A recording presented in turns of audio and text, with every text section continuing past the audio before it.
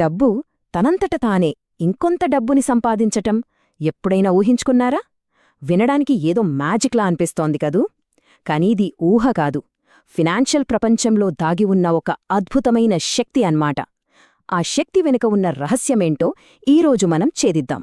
ఈరోజు మనం డబ్బు పెరిగే రెండు ముఖ్యమైన దారుల గురించి మాట్లాడుకుందాం. ఒకటి సాధారణ వడ్డీ, ఇంకొకటి చక్రవడ్డీ. మొదట్లో చూస్తే ఈ రెండిటి మధ్య పెద్ద తేడా ఏముందిలే అనిపించొచ్చు. కాని కాలం గడిచే కొద్దీ ఆ చిన్న తేడానే మన సంపద మీద చాలా పెద్ద ప్రభావాన్ని చూపిస్తుంది. ఈ మొత్తం విశ్లేషణలో మనం ఈ 5 అంశాల గురించే మాట్లాడుకోబోతున్నాం. ముందు బేసిక్స్ ఏంటో చూసి, తర్వాత ఒక్కో దారి గురించి వివరంగా తెలుసుకుని ఆ రెండిటినీ పోల్చి చూద్దాం. ఇక చివర్లో ఒక ప్రోటిప్ కూడా ఉంది. సరే, డైరెక్ట్గా ఆ రెండు దారులను పోల్చే ముందు ఈ ఆర్థిక ఆటలో కొన్ని ముఖ్యమైన రూల్స్, అంటే కొన్ని పదాలకి అర్థం తెలుసుకోవాలి.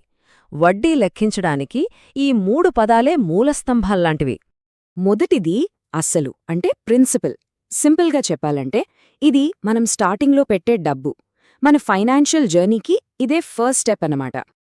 తర్వాత వడ్డీ రేటు, మన డబ్బు ఎంత వేగంగా పెరగాలో డిసైడ్ చేసే ఇంజిన్ లాంటిదిది. సాధారణంగా దీన్ని సంవత్సరానికి ఇంత శాతం అని చూపిస్తుంటారు. ఇక ఆఖరిగా కాలం, మన పెట్టుబడి ఎంతకాలం పాటు పెరుగుతూ ఉంటుందో చెప్పేది ఇదే. ఈ 3 అంటే అసలు, వడ్డీ రేటు, కాలం కలిస్తేనే మన సంపాదన లెక్క తేలుతుంది. రైట్, ఇప్పుడు మొదటి దారి గురించి చూద్దాం. అదే సాధారణ వడ్డీ. దీన్ని మనం ఒక మ్యారథాన్ రన్నర్తో పోల్చొచ్చు. ఒకే స్పీడ్తో ఎలాంటి మార్పు లేకుండా నెమ్మదిగా, స్థిరంగా ముందుకు వెళ్తాడు కదా, అలాగనమాట. సింపుల్ ఇంట్రెస్ట్లో ఉన్న అసలు విషయమేంటంటే, వడ్డీ అనేది ఎప్పుడూ ప్రతి ఏటా మనం మొదట పెట్టిన అసలు డబ్బు మీద మాత్రమే లెక్కిస్తారు. అంతే, వచ్చిన వడ్డీపైన మళ్లీ వడ్డీ అనేది రాదు. ఇది చాలా స్ట్రెయిట్ ఫార్వర్డ్. ఈ స్లైడ్లో కనిపిస్తున్నది ఒక ఒఫీషియల్ డాక్యుమెంట్లోని ఫార్ములా. దీని సారాంశం చాలా సింపుల్. వడ్డీ అనేది అసలు, రేటు, కాలాన్ని గుణిస్తే వచ్చేస్తుంది. చాలా సూటిగా ఉంటుంది. అందుకే ప్రతి సంవత్సరం వచ్చే వడ్డీ కూడా ఒకేలా స్థిరంగా ఉంటుంది. ఇక ఇప్పుడు మనం రెండో దారిలోకి వద్దాం. ఇది చాలా శక్తివంతమైనది, చక్రవడ్డీ. దీన్ని ఒక కొండపై నుండి దొర్లుతున్న మంచుబంతితో పోల్చొచ్చు. మొదట్లో చిన్నగా స్టార్టైనా దొర్లే కొద్దీ మరింత మంచునంటించుకుని వేగంగా చాలా పెద్దగా అయిపోతుంది. ఇక్కడే అసలు మ్యాజిక్ అంతా ఉంది. చక్రవడ్డీ మన అసలు డబ్బుపై మాత్రమే కాదు, అంతకు ముందు వచ్చిన వడ్డీని కూడా అసల్లో కలిపేసి ఆ మొత్తం మీద వడ్డీ లెక్కిస్తుంది. దీనివల్ల గ్రోత్ అనేది రాను రాను స్పీడ్ అందుకుంటుంది. ఒక్క మాటలో చెప్పాలంటే చక్రవడ్డీ అంటే వడ్డీ మీద వడ్డీ సంపాదించడం. మన డబ్బు మనకోసం పనిచేయడమే కాదు, ఆ డబ్బు సంపాదించిన వడ్డీ కూడా మళ్లీ మనకోసం పనిచేయడం మొదలుపెడుతుంది. ఇదే ఆ పవర్ఫుల్ సీక్రెట్. సరే, ఇప్పుడు ఈ రెండు దారులని పక్కపక్కన పెట్టి చూద్దాం. అప్పుడే వాటి మధ్య ఉన్న అసలైన శక్తివంతమైన తేడా ఏంటో మనకు స్పష్టంగా అర్థమవుతుంది. లెక్కల్లోకి వెళ్దాం. ఈ స్లైడ్లోనే ఆ ప్రాథమికమైన తేడా క్లియర్గా కనిపిస్తుంది. సాధారణ వడ్డీ ఒక స్ట్రేట్ లైన్లా ఒకే వేగంతో పెరుగుతుంది. కాని చక్రవడ్డీ ఎక్స్పోనెన్షియల్ గ్రోత్ అంటాం కదా, అలా కాలం గడిచే కొద్దీ దాని పెరుగుదల వేగం కూడా పెరుగుతూనే పోతుంది. ఇప్పుడు ఈ స్లైడ్లో ఉన్న మాస్టర్ ఫార్ములా టేబుల్ని చూడండి. ఇవి కేవలం లెక్కలు కాదు, సంపదను సృష్టించడానికి 2 వేర్వేరు రోడ్ మ్యాప్స్ లాంటివి. ముఖ్యంగా చక్రవడ్డీ ఫార్ములాలో గమనిస్తే ప్రతిసారి వచ్చిన వడ్డీని మళ్లీ అసలులో ఎలా కలుపుతున్నారో చూడండి. అదే దాని పవర్కి అసలు కారణం. ఈ ఉదాహరణ చూద్దాం. 1000 రూపాయలని 10% వడ్డీకి పెట్టామనుకుందాం. చూడండి, మొదటి సంవత్సరం చివర్లో రెండిట్లోనూ ఒకటే అమౌంట్ 1100. కాని అసలు కథ రెండో సంవత్సరం నుంచే మొదలవుతుంది. చక్రవడ్డీ ఇక్కడ స్పీడ్ అందుకుంటుంది. ఇక మూడో సంవత్సరం వచ్చేసరికి ఆ తేడా మనకు క్లియర్గా కనిపిస్తుంది.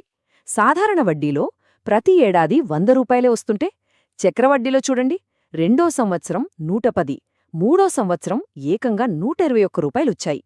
చూసారా, కేవలం 3 ఏళ్లలో చిన్న అమౌంట్కే 31 రూపాయల తేడా వచ్చింది. ఇది చిన్నగానే అనిపించొచ్చు, కానీ ఇదే పెద్ద మొత్తానికి, ఎక్కువ కాలానికి అయితే ఈ తేడా వేలల్లో, లక్షల్లోకి వెళ్ళిపోతుంది. ఇదే చక్రవడ్డీ పవర్. ఓకే, చక్రవడ్డీ ఎంత పవర్ఫుల్లో చూశాం. కాని దాని పవర్ని ఇంకాస్త పెంచే ఒక ప్రో టిప్ ఉంది. అదే కాంపౌండింగ్ ఫ్రీక్వెన్సీ. సింపుల్గా చెప్పాలంటే వడ్డీని సంవత్సరానికి ఎన్నిసార్లు లెక్కిస్తున్నారు అనే విషయం. ఈ స్లైడ్లోని మాటనే కాస్త శ్రద్ధగా గమనించండి. ఇది చాలా ఇంట్రెస్టింగ్ పాయింట్. వడ్డీ రేటు మారకపోయినా వడ్డీని సంవత్సరానికి ఒకసారి లెక్కించే బదులు 6 నెలకి ఒకసారి లేదా 3 నెలకి ఒకసారి లెక్కిస్తే మనకు వచ్చే రాబడి పెరుగుతుంది. ఎందుకంటే మన వడ్డీ ఇంకా తొందరగా అసలులో కలిసిపోయి దానిమీద కూడా వడ్డీ సంపాదించడం మొదలుపెడుతుంది. ఈ ఎగ్జాంపుల్ చూడండి. 10,000 రూపాయలని 10% వడ్డీకి 1 సంవత్సరం పాటు ఉంచితే సంవత్సరానికి ఒకసారి లెక్కిస్తే 11,000 వస్తాయి. అదే 6 నెలలకొకసారి లెక్కిస్తే 11,025 రూపాయలు, 3 నెలలకొకసారి లెక్కిస్తే ఏకంగా 11,038 రూపాయలు వస్తుంది. ఇంట్రెస్ట్ రేట్ అదే, కానీ లెక్కించే పద్ధతిలో చిన్న మార్పు వల్ల మన చేతికొచ్చే డబ్బు పెరిగింది. ఈ బార్ చార్ట్ ఆ తేడాని మన కళ్ళకి కట్టినట్టు చూపిస్తుంది. ఇక్కడ ఈ తేడా చిన్నగా కనిపించినా ఎక్కువ కాలానికి ఈ చిన్న చిన్న తేడాలే కలిసి పెద్ద సంపదను సృష్టిస్తాయి.